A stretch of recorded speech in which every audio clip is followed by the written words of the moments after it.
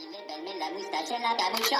Siento pasanilo, mira tacatiki puletica. Siento pasanilo, mira tacatiki puletica. Siento pasanilo, mira tacatiki puletica. Siento pasanilo, mira tacatiki tacatiki. Siento pasanilo, mira tacatiki puletica. Siento pasanilo, mira tacatiki puletica. Siento pasanilo, mira tacatiki puletica. Sani levarme la moustache en la capucha.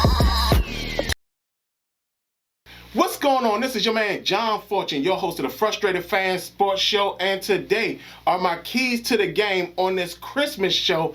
So I'm going to get right into the keys because I don't want to waste any time. So let's start off. Understand this, a lot of this stuff is going to be repeated from the last time I did a keys to the game show. This time it's 10 keys, and the reason it's 10 keys is because of the fact that there's two things that needs to be added to this, and I've adjusted some of them, but like I said, let me just get back in. Let me go ahead and get into these keys.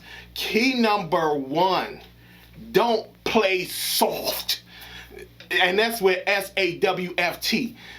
Don't play soft. The only people that understand that reference is people who watch wrestling. But anyway, they can't come out and they can't come out acting like they don't really want to play or don't understand the intensity of this rivalry. Dallas came into the game and immediately made an impact. They let Washington know that this was not a normal game and that this was a fist fight. And even afterwards, they were talking trash prior to the game. Then after the game, they started talking more trash. So understand this, y'all. Y'all have to go down. They have to go down there and be as they cannot go into the game soft. They cannot go into the game friendly. They can't be helping people up off the ground. Let them Bama stay on the ground. Because I saw it again. In the Eagles game, they came up in there and they played certain things that it seemed like it was a little soft. But again, like I said, they cannot come into this game soft. Don't play soft. Key number two, be the aggressors. Dallas brought it to us from the onset of the game. Do the same thing. Show them that you're not playing. Be the aggressors. The last time I did it, I said be aggressive. No, be the aggressors. Make sure that Dallas knows you're not coming into this game and just laying down for them. No matter who's on the team currently. Because again, COVID has just devastated us. But at the same time, make sure Dallas understands they are fighting in this game. The Giants brought it to them. It's so crazy. The Giants sat up there and basically showed Dallas that you're playing in the division. Michael Parsons wasn't even a factor like that in the Giants game. But that's the type of aggression you need to show when it comes to playing against Dallas. That's key number two. Key number three, run the ball. I don't care which running back is back there. It could be Jonathan Williams. I don't care. Run the ball. Because, again, for some reason we got away from the run very early on in the last game, and I don't understand why we did that. But even with that being said, they have to run the ball. This game cannot be won throwing the ball 50, 30, 40 times. It just will not be won doing that. So with that, you have to sit up there and run the ball, which leads me into my next key. Use the quick passing game, use the quick passing game and spread the wealth. I mean, I can't say that enough. I mean, the quick passing game can help us in a lot of areas. It forces the secondary to back off. It forces the front seven to back off, because eventually getting gashed up in the short passing game will eventually force them to understand that they just can't pin their ears back and rush the ball. They're going to have to be in pass coverage.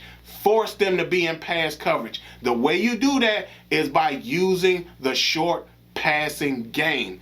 Key number five, and this is a key that I feel can be achieved if everybody pays close attention to it.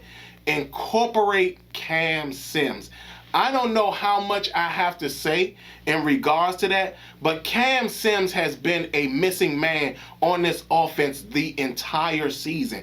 I mean, and the crazy thing about that is that the guys who were supposed to be replacing him or whatever haven't even really played.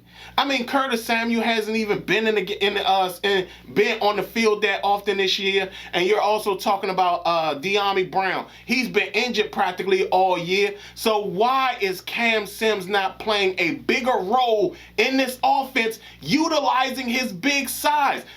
Early on in his career, he had the drops, but guess what? He hasn't had that in a while, and the fact that he's not out there more often boggles my mind.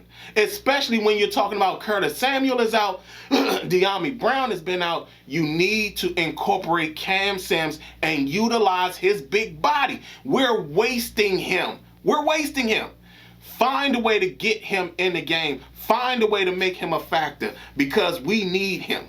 Key number 6, protect Taylor. They did a horrible job the last Dallas game. And we need to make sure that no matter what goes on, Taylor gets protected. Even with that, when Taylor has to scramble, if he scrambles, and there should be an offensive lineman behind him or something to take out somebody so he can get more yardage. So everybody needs to make this a group effort in protecting Taylor. If you don't protect Taylor, you run into some major issues. Again, they didn't protect Taylor the last Dallas game.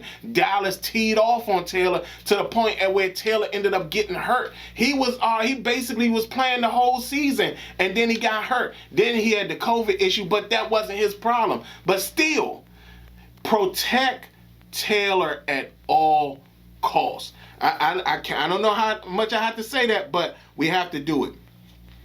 Key number 7, minimize Dallas's front seven's impact. Again, this goes back to the short passing game and running the ball. You have to get that front seven off. They cannot make the impacts that they did in the last game. Again, I keep referencing the Giants game. The Giants, it's almost like the Giants looked at my keys from when Washington was supposed to play, and they incorporated my keys. They basically forced Dallas to practically kick all field goals. They made sure that Dallas was not going to beat them the way that they were beating other teams. And again, like I said, the Giants understood the assignment. They came in and they acted like the game was a rivalry game. And this goes back to what I'm saying. Minimize the front seven's impact. I mean, again, Randy Gregory and the whole front seven practically was in on the game and made stops and made plays. We cannot have that happen again at all. Like, we cannot, their impact should be 0. Even if it's close to 0, they're still doing good. But at the end of the day, their impact needs to be 0, because if their impact isn't 0, it's going to cause massive problems, and we're going to lose this game. Not only that, I don't even know how many games we'll win after that, because everybody else seems ramped up to play in this division in comparison to us, where we seem like we're not ready to play in this division. So we'll see how that goes. Key number 8. Pressure Dak and find his help. The last game, we did a good job against Dak Prescott. We actually did. We did a fairly decent job against Dak, against his help. We need to make sure we do that again, because we can't sit up there and make it a point of letting Dak feel like he could just take us apart. Because again, Dak didn't look that great against us. He threw a key interception towards the end of the game. And not only that, we still had an opportunity to win the game. But again, their front seven had an impact, changed the game on us, everything like that. But again, we can definitely sit up there and pressure Dak just like we did the last time. And all we got to do is find his help. I said it before, now I'll say it again. Any man 7 yards or less, that's his help. take his help away, because again, Dak is going to hold the ball and he's going to throw picks. And all you got to do is give him the opportunity to do it, and he will do it. So pressure Dak, find his help. Key number 9, and this is a key that I'm reincorporating back in here, attack Brown and Lewis. Those two have been like the detriment to Dallas when it comes to this defense. And I know that Trayvon Diggs said Dallas has the best defense in the NFL and all that type of stuff. But those two guys have been a issue.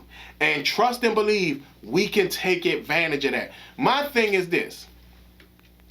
Even though Dallas clinched a playoff spot, make sure that their playoff spot isn't that good. You know, I understand they're going to come up and they're going to win the division and all that type of stuff, but make it a little bit harder for them to go into the playoffs and actually win a game. Make them feel like, oh, this is the division. You can't sit up there and make them feel like they are just walking in the door just kind-heartedly. No.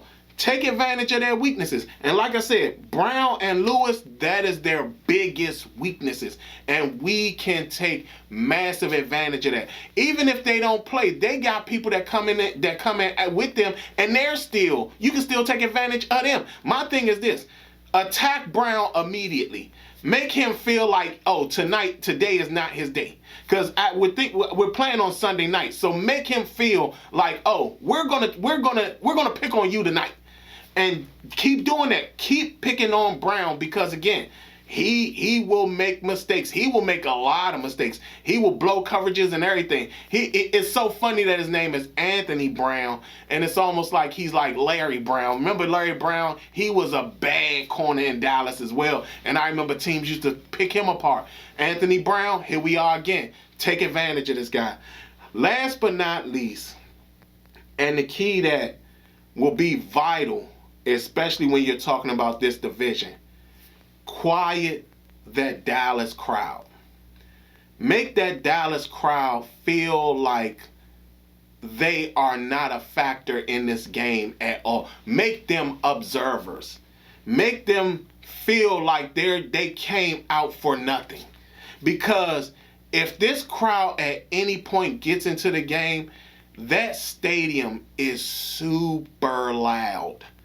And when it's super loud, you're talking about you will have false start penalties, all types of penalties, delay of game penalties. There's so many things that could play a factor in this game. And if you don't quiet that crowd immediately, you're going to run into problems. And part of that is being able to take advantage of the things you need to take advantage of. Trust and believe. Just similar, the Dallas crowd is similar to Washington's crowd, where it's like if people are playing bad, they will be quick to boo them and not do anything, not even make a noise. So trust and believe, we have to quiet that crowd. Other than that, y'all, those have been my keys to the game. Oh, man. This is one of these games that I'm not really certain how this goes. I think Washington can get the win, but trust and believe, they have to accomplish a lot of these keys to get this win.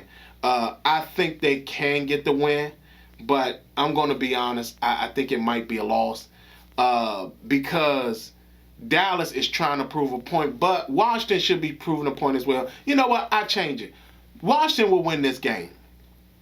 Washington will win this game 24-20. They're going to win this game 24-20. They're going to find a way to pull this win out on the back of Taylor Heinicke. Taylor Heinicke is still going to show that he wants to be the quarterback of this team. And even with that, you're going to see a completely different defense because Jonathan Allen in his press conference, he was not happy about that. So we're definitely going to see how this goes on. Again, I do feel that the game will be 24-20. And that's pretty much it, y'all. Christmas is going to be on Saturday. And I want to tell y'all, I'm glad to know that you guys are all out there and you guys support the channel, and I appreciate you guys all supporting the channel. So for that, I'm gonna bust out my old singing chops and hopefully I don't embarrass myself when I do this.